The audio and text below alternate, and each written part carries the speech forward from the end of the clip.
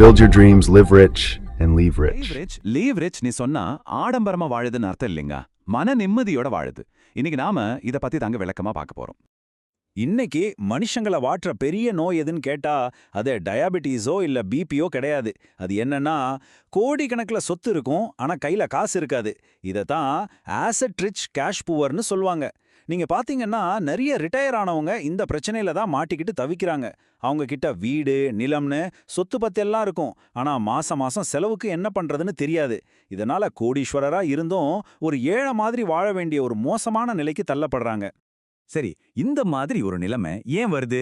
இதுக்கு முக்கிய காரணம் பலரும் ரிட்டையர்மெண்ட்டுக்காக ஃபாலோ பண்ற அந்த பழைய காலத்துக்கு ஒத்து வராத முறைகள் தான். வாங்க, அந்த பழங்கால முறைகள் எல்லாம் எப்படி நம்ம நிம்மதியை கெடுத்து தேவையில்லாத பயத்தை உருவாக்குதுன்னு கொஞ்சம் ஆழமா பார்ப்போம். பொதுவா திடீர்னு பணம் தேவைப்பட்டா என்ன செய்வாங்க? ஒன்னு எஃப்டியை உடைப்பாங்க, இல்லனா கையில இருக்கிற சொத்தை அவசர அவசரமா விற்பாங்க. ஆனா இதுக்கு பின்னால இருக்கிற ஆபத்தை யாருமே சரியா யோசிக்கிறதில்ல.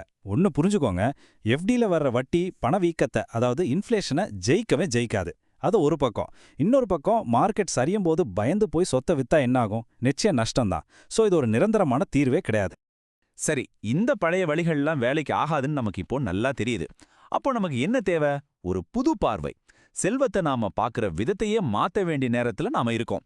வாங்க, செல்வத்தை பத்தின ஒரு புதிய தத்துவத்தை நம்ம புரிஞ்சிக்க முயற்சி பண்ணுவோம். இது வெறும் பணத்தை பத்தினது மட்டும் இல்ல, அதை விட ரொம்ப ரொம்ப மதிப்பு மிக்க ஒன்ன பத்தினது. அதுதான் நேரம். உண்மையான செல்வம்னா என்ன? உங்க பேங்க் அக்கவுண்ட்ல எவ்வளவு கோடி இருக்குங்கிறது இல்லைங்க. உங்க வாழ்க்கைய உங்க டேர்ம்ஸ்ல யார்கிட்டயும் கையேந்தாம வாழறதுக்கு உங்ககிட்ட எவ்வளோ நேரம் சொந்தமா இருக்கு. அதுதாங்க உண்மையான செல்வம். இதுக்கு பேர் தான் உண்மையான ஃபைனான்ஷியல் ஃப்ரீடம். இதை நல்லா மனசுல வச்சுக்கோங்க. பணம்ங்கிறது வெறும் பேங்க்ல பூட்டி வைக்கிற ஒரு பொருள் இல்ல. அது நம்ம வாழ்க்கைய வாழறதுக்கான ஒரு கருவி. நம்மளோட உண்மையான நோக்கம் என்னவா இருக்கணும்னா, நம்ம எதிர்காலத்தை பாதுகாத்துக்கிட்டே நிகழ்காலத்தையும் சந்தோஷமா அனுபவிக்கிறதுக்கு நம்ம பணம் நமக்காக உழைக்கிற ஒரு சிஸ்டத்தை உருவாக்குறது தான். சரி, இந்த சூப்பரான வாழ்க்கை தத்துவத்தை அடைய ஒரு வழி வேணும் இல்லையா? அந்த வழிக்கு பேர் தான் சிஸ்டமேட்டிக் வித்ராவல் பிளான், சுருக்கமா SWP. இத வச்சு உங்களுக்காகவே ஒரு பர்சனல் கேரண்டியான பென்ஷன் திட்டத்தை எப்படி உருவாக்குறதுன்னு இப்ப ஸ்டெப் பை ஸ்டெப்பா பார்க்கலாம் வாங்க. முதல்ல இந்த SWPனா என்னன்னு சிம்பிளா புரிஞ்சுக்குவோம். ரொம்ப ரொம்ப சிம்பிள். நீங்க மியூச்சுவல் ஃபண்ட்ல முதலீடு செஞ்சிருக்கீங்க இல்லையா? அந்த பணத்துல இருந்து மாசம் ஒரு ஃபிக்ஸ்ட் அமௌண்ட்டை பென்ஷன் மாதிரி விட்ரா பண்றதுக்கு பேர் தான் SWP. இது நீங்க மாசம் காசு போடுற SIPக்கு அப்படியே ஆப்போசிட். சொல்லப்போனா உங்க சொந்த முதலீட்டிலிருந்து நீங்களே உங்களுக்கு மாசம் சம்பளம் கொடுக்கற மாதிரி தான் இது. இந்த SWPய ஒரு டுவல் இன்ஜின் மாதிரி கற்பனை பண்ணிக்கோங்க. அது எப்படி வேலை செய்யுதுன்னு பார்ப்போம். முதல் இன்ஜின் வளர்ச்சி, அதாவது growth. உங்களோட பெரிய முதலீட்டு தொகை இன்ஃப்ளேஷனை பீட் பண்ணி வேகமா வளர்றதுக்காக ஈக்விட்டி மியூச்சுவல் ஃபண்டுகள்ல இன்வெஸ்ட் செய்யப்பட்டிருக்கும். ரெண்டாவது இன்ஜின் வருமானம், அதாவது இன்கம். உங்க மாசம் செலவுகளுக்காக அந்த வளர்ச்சியிலிருந்து ஒரு சின்ன பங்கை மட்டும் நீங்க பென்ஷனா எடுப்பீங்க. அவ்வளவுதாங்க விஷயம். இது இன்னும் சுலபமா புரிஞ்சிக்க ஒரு சூப்பர் உதாரணம் சொல்றேன். யோசிச்சு பாருங்க, உங்ககிட்ட 1 கிலோ தங்க காசுங்க இருக்கு. உங்க மாச செலவுக்காக அதுல இருந்து ஒரே ஒரு சின்ன காசை மட்டும் எடுத்து விக்கிறீங்க. ஆனா அதே சமயம் மீதி இருக்கிற தங்கத்தோட விலை ஏறிக்கிட்டே இருக்கு. கரெக்டா? SWP வேலை செய்யறதும் கிட்டத்தட்ட இப்படிதான். சரி, அப்போ எவ்வளவு பணத்தை நாம எடுக்கலாம்? இதுக்கு ஒரு ரூல் இருக்கா? இருக்கு. உலக அளவுல இருக்கிற நிதி நிபுணர்கள் சொல்றது என்னன்னா, வருஷத்துக்கு 6% வரைக்கும் வித்ட்ரா பண்றது ரொம்பவே சேஃப். ஏன் அப்படி சொல்றாங்க? ஏன்னா லாங் டேர்ம்ல ஸ்டாக் மார்க்கெட்டோட வளர்ச்சி சராசரியா இந்த 6% விட அதிகமா இருக்கும். அதனால நீங்க பணம் எடுத்தாலும் உங்க அசல் குறையறதுக்கு பதிலா இன்னும் வளரதான் வாய்ப்பு அதிகம். இது உங்க பணம் உங்க ஆயுசுக்கும் தீராம வரத உறுதி செய்யும். கேக்குறதுக்கு நல்லா தான் இருக்கு. ஆனா இது வெறும் தியரியா இல்ல நிஜமாவே ஒர்க் அவுட் ஆகுமா? வாங்க ஒரு ரியல் டைம் உதாரணத்தையே பாத்துருவோம். மாசம் பென்ஷன் வாங்கிக்கிட்டே எப்படி நீங்க இன்னும் பெரிய கோடீஸ்வரர் ஆக முடியும்னு இப்ப நான் உங்களுக்கு காட்ட போறேன். வாங்க ஒரு கணக்கு போடுவோம். உங்ககிட்ட ரிட்டையர்மெண்ட் கார்பஸா 2 கோடி ரூபாய் இருக்குன்னு வச்சுக்குவோம். அதிலிருந்து நம்ம 6% ரூல் படி வருஷத்துக்கு 12 லட்சம் ரூபாய் விட்ரா பண்றீங்க. அப்படின்னா மாசம் 1 லட்சம் ரூபாய் உங்களுக்கு பென்ஷனா வரும். அதே சமயம் உங்களோட முதலீடு வருஷத்துக்கு சராசரியா ஒரு 12% வளருதுன்னு நம்ம கணக்குல எடுத்துக்கலாம். இப்ப இந்த நம்பர்ஸை கொஞ்சம் நல்லா கவனிங்க. வருஷத்தை எடுத்துக்குவோம். நீங்க 2 கோடியோட ஆரம்பிக்கிறீங்க. 12% வளர்ச்சியில உங்களுக்கு 24 லட்சம் ரூபாய் ரிட்டர்ன்ஸ் கிடைக்குது. சூப்பர். அதே வருஷம் நீங்க உங்க செலவுக்காக 12 லட்சத்தை பென்ஷனா எடுத்துட்டீங்க. அப்போ வருஷ கடைசியில உங்ககிட்ட எவ்வளவு இருக்கும்? 2 கோடியே 12 லட்சம் ரூபாய். பாத்தீங்களா? உங்க முதல் குறையவே இல்ல, அதுக்கு பதிலா 12 லட்சம் வளர்ந்திருக்கு. இதே மேஜிக் தான் வருஷம் நடக்க போகுது. இப்பதாங்க உண்மையான ஆச்சரியமே இருக்கு. கொஞ்சம் யோசிச்சு பாருங்க.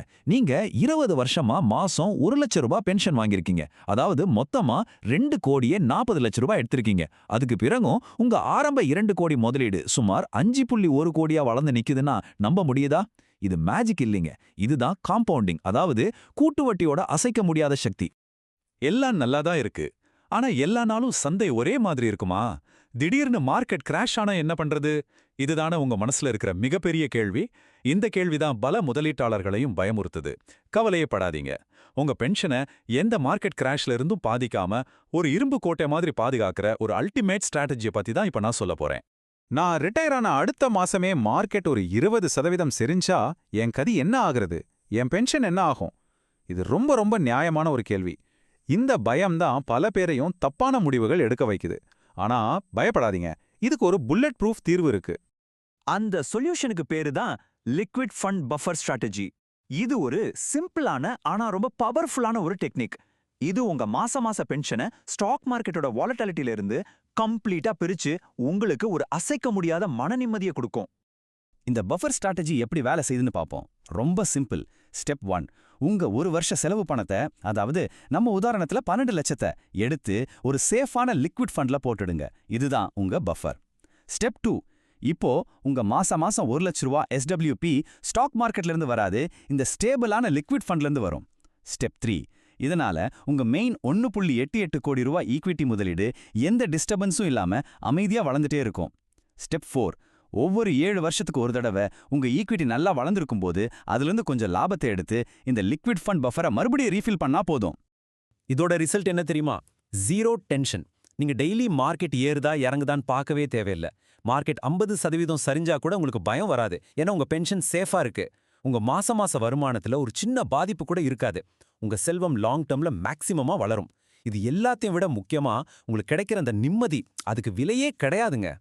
சோ இந்த ஸ்ட்ராட்டஜி எல்லாம் எதுக்கு? நம்மளோட பயணம் எதை நோக்கியது? அது வெறும் பணத்தை சம்பாதிக்கிறதுக்கு இல்ல, ஒரு கண்ணியமான, யார்கிட்டயும் கையேந்தாத ஒரு வாழ்க்கைய வாழ்றதுக்கு தான். உங்க வாழ்க்கையோட கடைசி சாப்டர் அடுத்தவங்கள சார்ந்து வாழ்றத பத்தினதா இருக்கக்கூடாது, சுய மரியாதையோட வாழ்றத பத்தினதா இருக்கணும். நல்லா புரிஞ்சுக்கோங்க, நீங்க உங்க பிள்ளைங்களுக்கு விட்டுட்டு போற சொத்து மட்டும் உங்க லெகசி கிடையாது. நீங்க உயிரோட இருக்கும்போது யார்கிட்டையும் பணத்துக்காக கையேந்தாம சுயமரியாதையோட கெத்தா வாழ்றீங்களே, அந்த வாழ்க்கை தான் நீங்க சம்பாதிக்கிற உண்மையான மரியாதை. அதுதான் உங்க உண்மையான லெகசி. இந்த முழு உரையாடலோட மைய கருத்து ரொம்ப சிம்பிள். உங்களுக்கு இன்னும் அதிகமா பணம் தேவையில்லை. உங்களுக்கு தேவை உங்களுக்காக உங்களை விட கடுமையா வேலை செய்யற ஒரு சிஸ்டம். அந்த சிஸ்டத்தை நீங்க ஒரு தடவை உருவாக்கிட்டீங்கன்னா போதும், பணம் தானா உங்களை தேடி வரும். உங்க பணம் அதுக்கு டயர்டே ஆகாது. 24/7 உங்களுக்காக உழைக்க ரெடியா இருக்கு. ஆனா அத வேலை செய்ய நீங்க அனுமதிக்கிறீங்களா? யோசிச்சு பாருங்க.